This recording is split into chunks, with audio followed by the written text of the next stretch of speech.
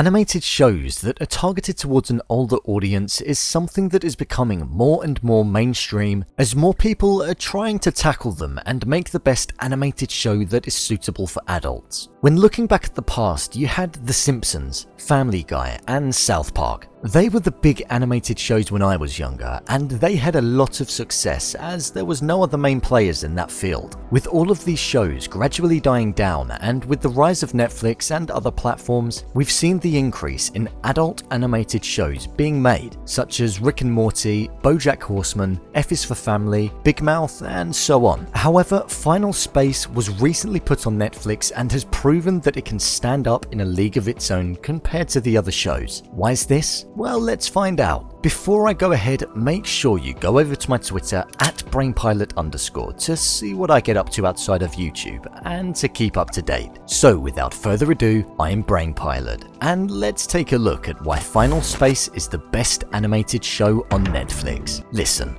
there's going to be spoilers. The story. You follow a prisoner on board the Galaxy 1 ship called Gary, who goes on a massive journey after acquiring Mooncake, his little green ball of a companion. Mooncake basically turns out to be the most powerful thing in the universe, which leads the Lord Commander to be after it, with the intention to use Mooncake to tear a hole in the universe and open up Final Space. Throughout all of this happening, you meet several characters along the way, which is something I'll touch upon later, who all bring something meaningful to the story and aren't just unnecessarily there. Even the comic relief character Kevin brings something that's worthy of placing him in there. We've seen space exploration done in animation before, but what makes this show the best at it is that the story doesn't push itself too far and it knows its own boundaries. Often, writers look at space and think that there are a countless number of things that they can do, as the universe is forever expanding, of course. However, here, that doesn't happen. Yes, there are several different story arcs happening within the show, but overall it doesn't go too far and ruin it for the audience. The story with Gary and his father, him as a prisoner, Avocado trying to find his son, Quinn and her story of completing the mission, they're all separate, and then at the end they all manage to marry together smoothly as if it were just one.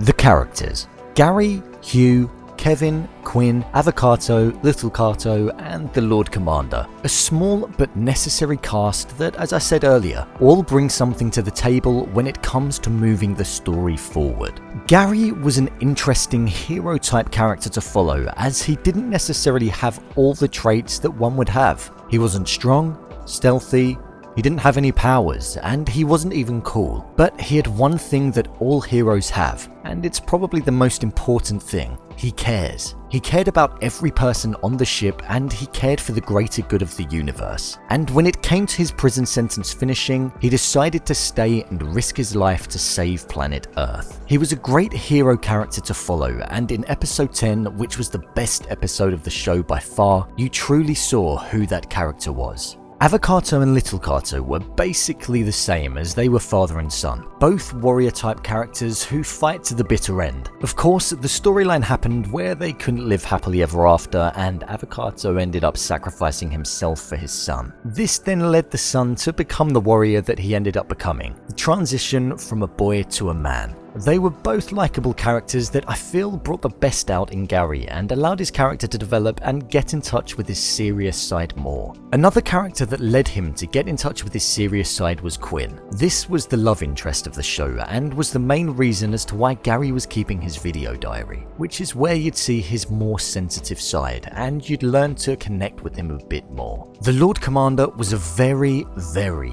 interesting and powerful villain. He once had a good side and was called Jack and also worked alongside Gary's dad. However, now he takes joy in the suffering of others and he acquired powers that range from flying, essentially the Force in Star Wars, and telepathy. This made him extremely strong and very difficult to beat for a team of people that had no powers whatsoever, other than fighting skills and guns. Also, he was voiced by David Tennant and he did a great job. Although he was evil most of the time, he had a comedic side that would often come out, such as always calling Gary the Gary. One factor that makes him great is the way in which he is an extremely small character, yet the most powerful person in the galaxy. It was great that the writers and the animators of the show decided to do that. He craved the power and wanted to be a god, but ultimately that didn't happen. He had his comeuppance, and that was brilliant to watch. He's definitely one of the better villains that I've seen on television for a long time. Hugh was the artificial intelligence on the ship and in all of the equipment. He was in charge of keeping Gary locked away. However, you see their relationship develop and you see them eventually become friends. The last line in the show is,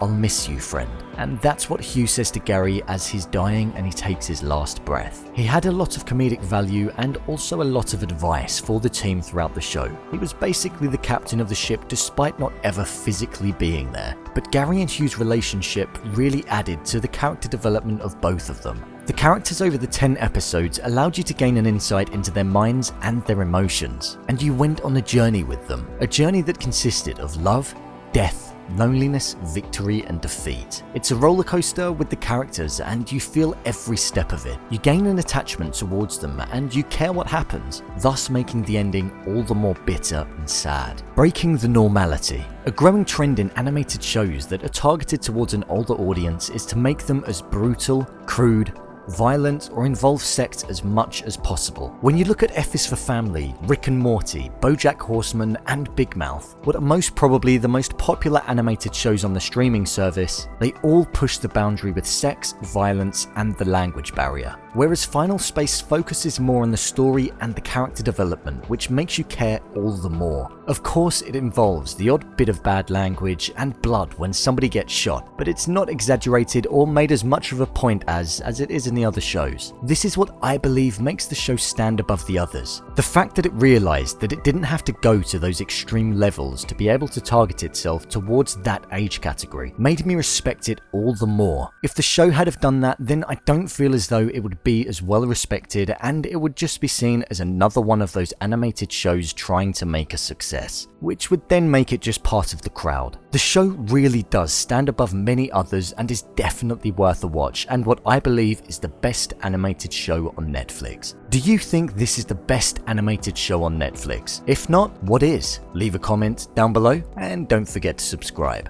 I'll see you next time.